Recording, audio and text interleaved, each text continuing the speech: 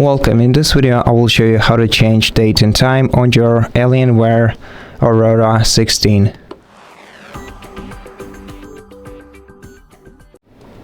To change your date and time, you have to right click the date time icon in the bottom right corner, select adjust date and time, and in the following menu you'll be able to set both the time zone and the time. By default they are set automatically, so if you want to set them manually, switch the toggle off next to automatic time zone or time setting, and then choose the time zone manually from the list in case of the time zone.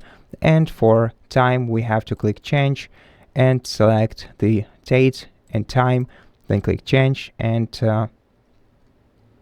save those values. However, I highly recommend not changing time to inappropriate values, because if your device's time and date are incorrect for your time zone, many online services like Google services, all the Google services will become unavailable for you because they need your time and date to be correct.